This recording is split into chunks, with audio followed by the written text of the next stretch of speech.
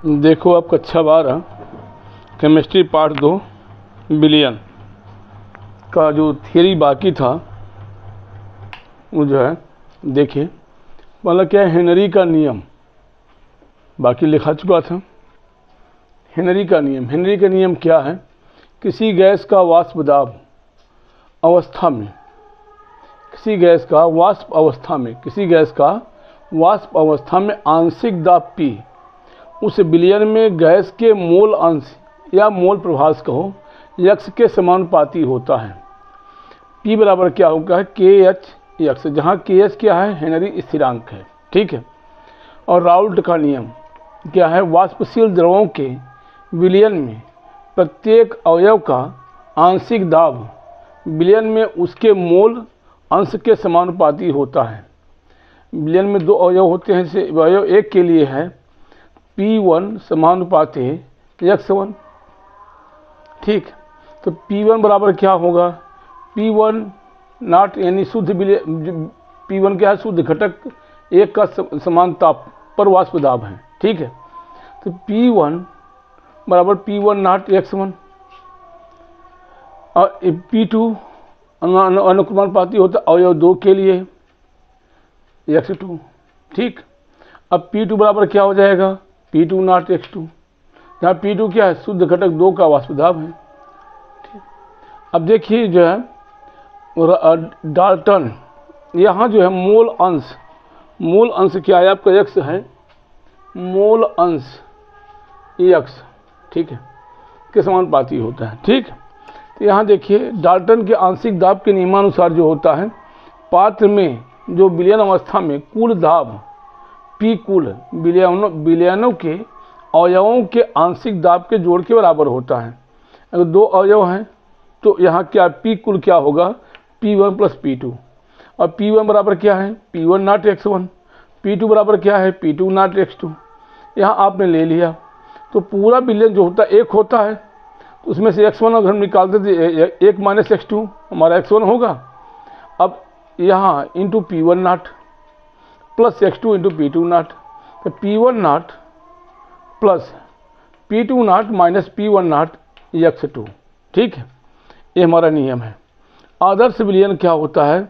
वे विलयन जो राउल्ट के नियम का सभी सांद्रताओं पर पालन करते हैं आदर्श विलयन कहलाते हैं, ठीक है।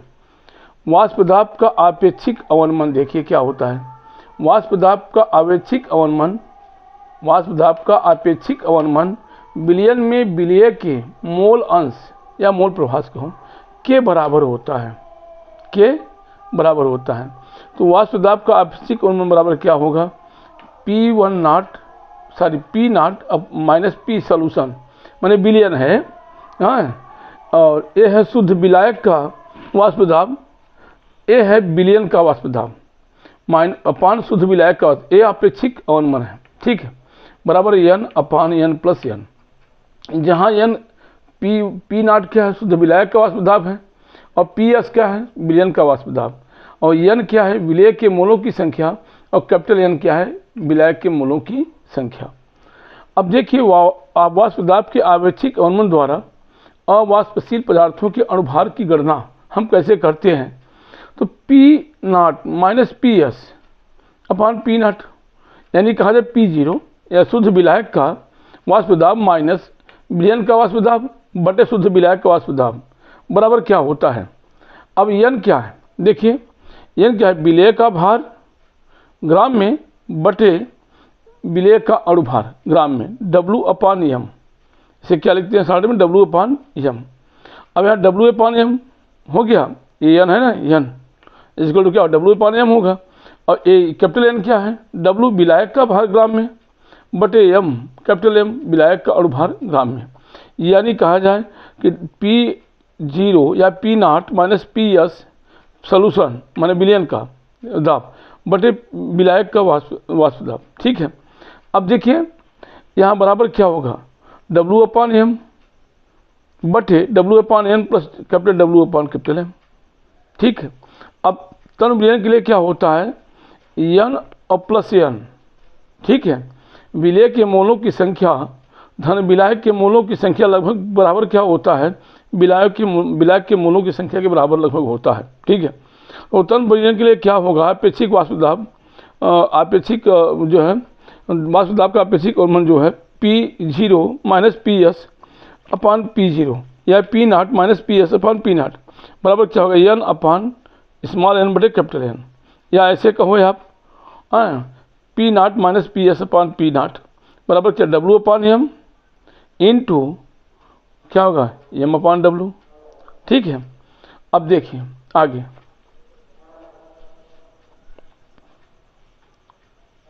देखो क्वथनांक का उन्नयन क्या है, विलयन और विलायक के क्वथनांकों का अंतर डेल्टा टी क्या कहलाता है, क्वथनांक का उन्नयन कहलाता है।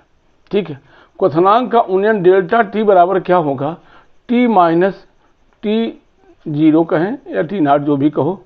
ठीक है, जहाँ T0 क्या है, शुद्ध विलायक का क्वथनांक है, और T क्या है, विलयन का क्वथनांक है। माने विलयन का क्वथनांक माइनस शुद्ध विलायक का क्वथनांक क्या कहलाता है, क्वथनांक का उन्नयन। ठीक है, अब देखिए, और क्वथनांक उन्नयन से हम अणुभार की गणना कैसे करते हैं, m बराबर m क्या है, पदार्थ का अणुभार है। ठीक है, is equal to 1000 kb, kb क्या है, विलायक का मोलर उन्नयन स्थिरांक है, w स्मॉल w क्या है, पदार्थ का भार ग्राम में, और यहाँ डेल्टा टी भी, ये क्या है आपका डेल्टा टी भी, देखिए क्वथनांक का उन्नयन है, और W कैपिटल W क्या है, विलायक का भार ग्राम में है। ठीक है, इससे हम क्या करते हैं, हम पदार्थ का अणुभार निकाल सकते हैं। ठीक, अब देखिए हिमांक का अवनमन, हिमांक क्या चीज़ है, पहले हिमांक जानिए। किसी द्रव का हिमांक वह ताप है जिस पर द्रव का वाष्प दाब उसकी ठोस अवस्था के वाष्प दाब के बराबर होता है। क्या, किसी द्रव का हिमांक वह ताप है जिस पर द्रव का वाष्प दाब उसकी ठोस अवस्था के वाष्प दाब के बराबर होता है। अब वाष्प दाब अवनमन के कारण विलयन का हिमांक शुद्ध विलायक के हिमांक से नीचा होता है। बात समझ में आया, वाष्प दाब अवनमन के कारण क्या होता है, विलयन का हिमांक शुद्ध विलायक के हिमांक से नीचा होता है। ठीक है, विलायक और विलयन के हिमांक का अंतर डेल्टा TF हिमांक का अवनमन कहलाता है। ध्यान से फिर सुन लिए, विलायक और विलयन के हिमांक का अंतर, विलायक और विलयन के हिमांक का अंतर डेल्टा TF यानी हिमांक का अवनमन कहलाता है। हिमांक का अवनमन डेल्टा TF बराबर क्या होगा, विलायक का हिमांक माइनस विलयन का हिमांक। ठीक है, अब देखिए यहाँ T0 या T0 शुद्ध विलायक का हिमांक है, और T क्या है, विलयन का हिमांक। अब इससे हम जो है हिमांक अवनमन से अणुभार की गणना कैसे करते हैं, तो m बराबर क्या होगा, 1000 kF small w delta TF capital W, जहाँ m क्या है, पदार्थ का अणुभार है, और डेल्टा TF क्या है, हिमांक का अवनमन है, और स्मॉल w जो है पदार्थों का भार ग्राम में है, और W क्या है, विलायक का भार ग्राम में है। ठीक है, और KF क्या है, KF आपका विलायक का मोलर अवनमन स्थिरांक है। ठीक, आगे देखिए परासरण क्या चीज़ होता है, विलायक के अणुओं का अर्धपारगम्य झिल्ली, विलायक के अणुओं का अर्धपारगम्य झिल्ली में होकर शुद्ध विलायक से विलयन की ओर या तनु विलयन से सांद्र विलयन की ओर स्वतः प्रवाह को माने अपने आप जो जाता है। ठीक है, स्वतः प्रवाह को क्या कहते हैं, परासरण कहलाता है। क्या कहलाता है, परासरण कहलाता है। ठीक है, फिर से सुन लीजिए, विलायक के अणुओं का अर्धपारगम्य झिल्ली में होकर शुद्ध विलायक से विलयन की ओर या तनु विलयन से सांद्र विलयन की ओर स्वतः प्रवाह क्या कहलाता है, परासरण कहलाता है। ठीक है, अर्धपारगम्य झिल्लियाँ क्या चीज़ होती हैं, वे झिल्लियाँ जो केवल विलायक के अणुओं को अपने में से होकर आर पार जाने देती हैं।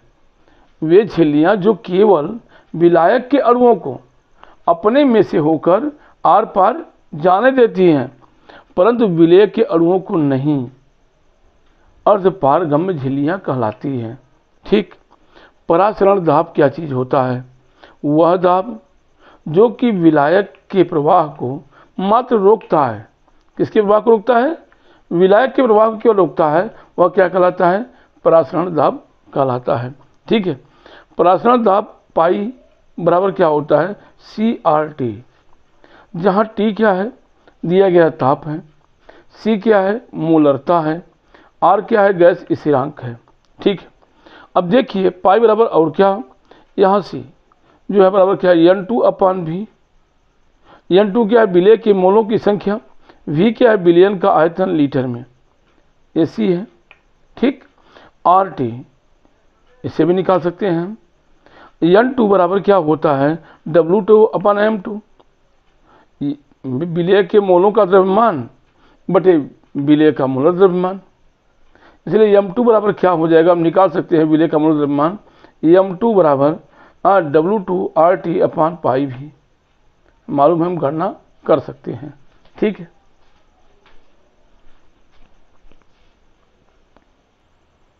देखो असामान्य मूलर द्रव्यमान। क्या? असामान्य मूलर द्रव्यमान ये क्या होता है? ऐसा मूलर द्रव्यमान जो अनुमानित या सामान्य मान की तुलना में निम्न या उच्च होता है, उसे क्या कहते हैं आप? असामान्य मूलर द्रव्यमान कहलाता है। ऐसा मूलर द्रव्यमान जो अनुमानित, अनुमान लगाया जाए, या सामान्य मान की तुलना में निम्न या उच्च होता है, उसे क्या कहते हैं? असामान्य मूलर द्रव्यमान। 1/2 गुणक I बराबर क्या होता है? सामान्य मूलर द्रव्यमान बटे असामान्य मूलर द्रव्यमान बराबर प्रेक्षित अणु संख्यक गुण बटे परिकलित अणु संख्यक गुण, या I = संगुणन, इसे संयोजन कहते हैं, या वियोजन के पश्चात कणों की कुल मोलों की संख्या बटे संगुणन या वियोजन के पूर्व कणों के कुल मोलों की संख्या।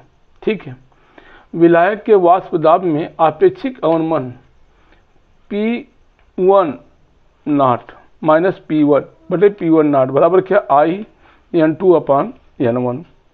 क्वथनांक का उन्नयन ΔTB बराबर क्या होगा? I kBm, जहाँ m क्या है? विलयन की मूलरता, और kb क्या है? विलायक की मोलर उन्नयन स्थिरांक।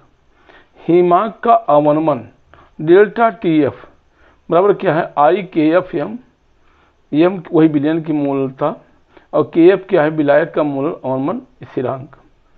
विलयन का परासरण दाब पाई बराबर क्या होता है? ICRT, जहाँ C क्या है? मोल प्रति लीटर में विलयन की सांद्रता, R क्या है? विलयन का स्थिरांक, और T क्या है? परम ताप। आपका थियरी समाप्त हो गया। अब न्यूमेरिकल कल से लगेगा।